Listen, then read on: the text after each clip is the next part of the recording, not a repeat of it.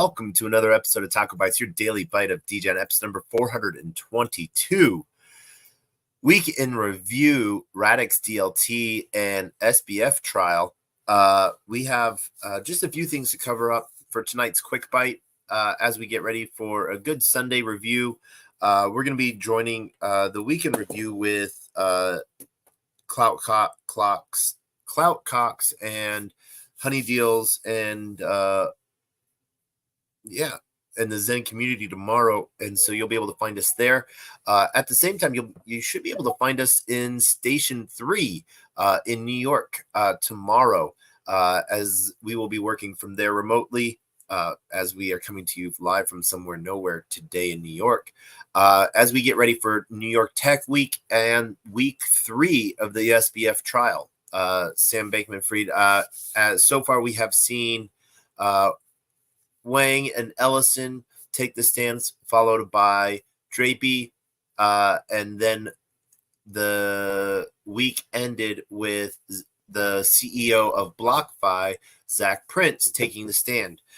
As we saw a little bit of everything from Ellison, as Caroline was talking about how SBF and sort of gave her the directions on how to manipulate the team, is the fact that she tried to play was that she was always doing everything under his control and under his purview and permission. A little bit of that, in my opinion, was dampened based on Ellison's testimony and how quickly and the bites that she was able to give about a lot of it. Some of the big revealing aspects that came out during the trial this week were from Ellison, mainly around like Huobi and OKX.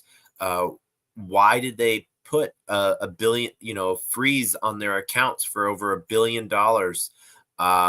And at the time, some of that stuff has been reported as because they felt that there was worries about the trading account being done by someone else outside, and so they had locked it down. But it was locked down for over a year with multiple attempts through a long line of failed attempts, which classically now Ellison was very adamant to point out involved Thai prostitutes, of getting them to make sub accounts to try to do bad trades with, in the attempt to move their funds before their funds were fully locked down on OKX and Huobi. Followed that by with them bribing Chinese officials between $100 and $150 million. Now, the reason why I'm saying this discrepancy, because $50 million is a very large discrepancy, is because Ellison testified for that $100 million was paid in bribes repeatedly. She used that number, but then in her personal work notes and to-do list for the bulletins and bullet points, it was marked down as $150 million for the thing. And that's what, she then referred to as the thing, was the bribery that was paid, that they got in contact with Chinese officials through Chinese employees of FTX and Alameda. And so we saw there was dissension in the ranks between Handy's, who was highly adamant that it should not be done, going off multiple times and hijacking, reported to be hijacking several meetings and conversations so that, it could not be talked about, even to the point that this was one of the first times that people saw a crack in Sam's mild-mannered composure by yelling, "Shut the fuck up," at her. And this was one of the very first explosions that everyone sort of saw and got, a side of that they were not prepared for. Followed this was by David Ma helping instigate the payments to these Chinese officials, waiting to try to get my hand on these wallet addresses that were used, so we can showcase, the trail of those funds being paid for government officials. What we can also talk about was that it happened in November of 2021. So sleuths out there, if you go on chain and you start to find 100 to 150 million dollars being moved in one go, who knows what that was? I mean, it wasn't for just that thing, was it? But that was some of the things that we came out about. The other pieces that came on was from Drapey was on the final Alameda all hands meeting on Wednesday, November 9th. There was an employee named Rick Best, and Best was not at his best. It was his third day on the job, and day one was welcome to the team. Day two was we're fucked. We're getting bought by Binance. And day three is we've been using all the customer funds to pay our loans. Now, like any good employee at his very first team meeting, and I'm assuming because I have done this at team meetings, first team meeting, I want to make a good impression. I want to remember everything that was said. I'm going to start recording everything. No, that is not usually the first thing I do. Maybe, sometimes, probably not. But Best did record the entire meeting and got to, from both the transcripts and the full breakdown of the audio, listening to the audio clips was sort of revealing on Ellison's composure and how she sort of broke things down very half-heartedly, like, I don't know, you're wet because it's raining outside, and so that's why we did it.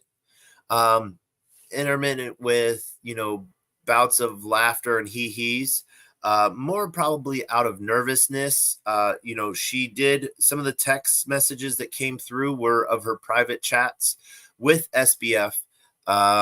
And I do a separation between SBF and using the name Sam, because there is also another defendant or possible defendant. It is not known whether or not he will be called, but Sam Tribuco.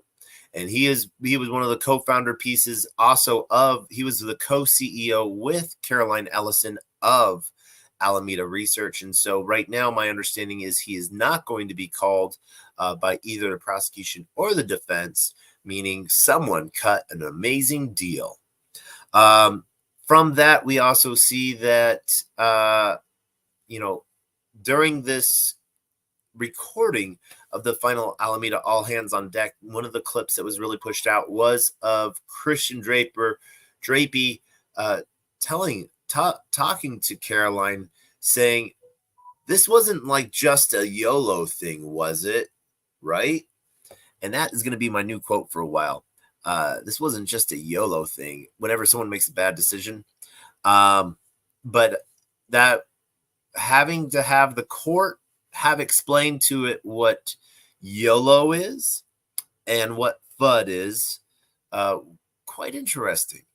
There was another break in the monotony of everything after Ellison finished her testimony and after Drapey, before Zach Prince, the CEO of BlockFi, took the stand.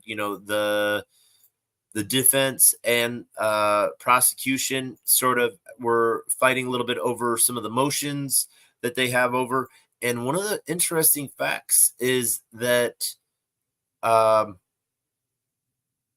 my gosh, the terminology escapes me at the moment.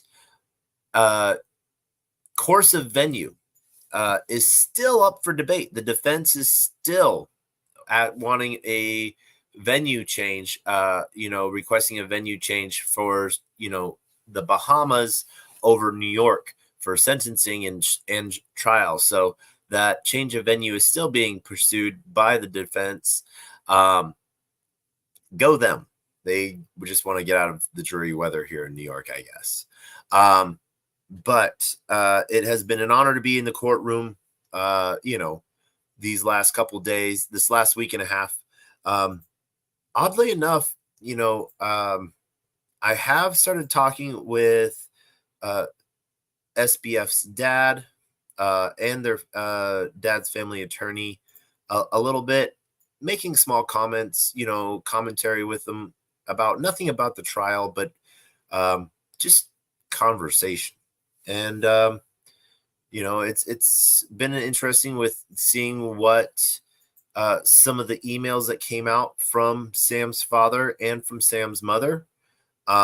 They've both been present during the hearing, and as well as numerous other attorneys. So the fact that I'm able to make it into the courtroom, is, I don't know, it's a pretty big deal. It's pretty cool.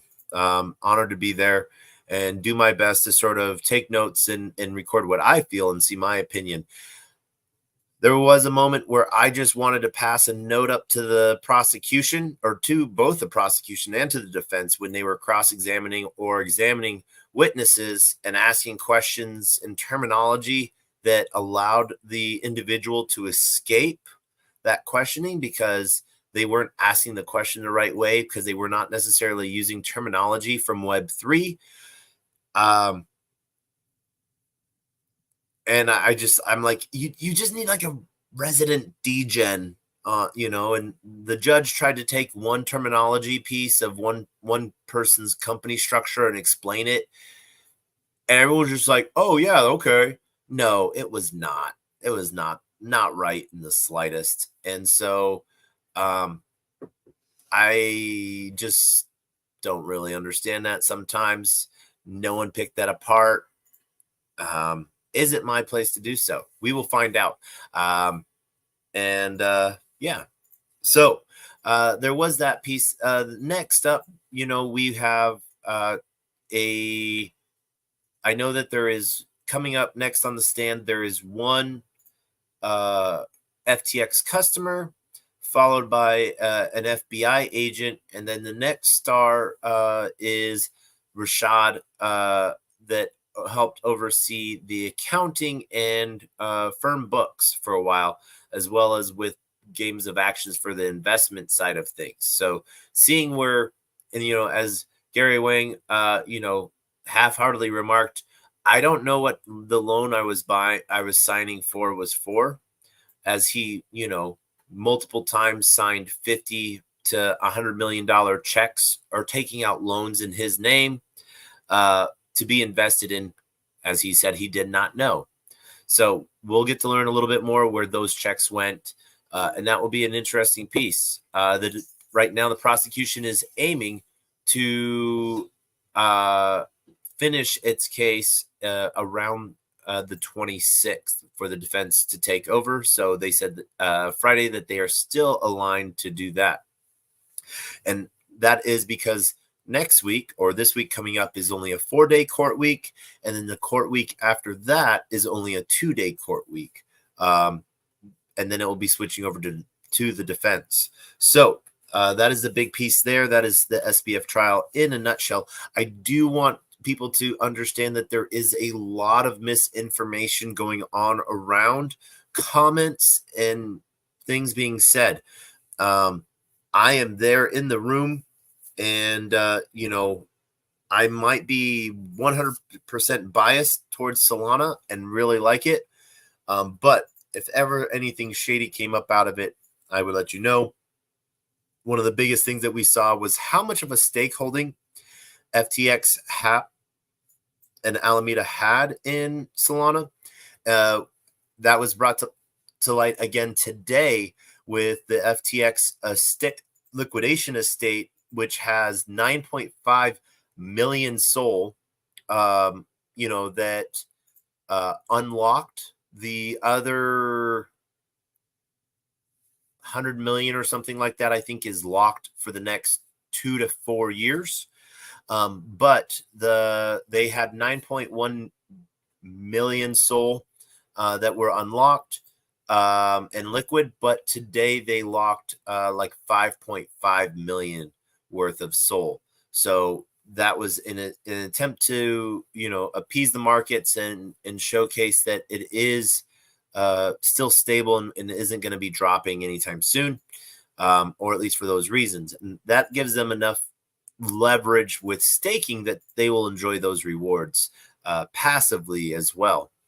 And so that is the week in review with the SBF trial.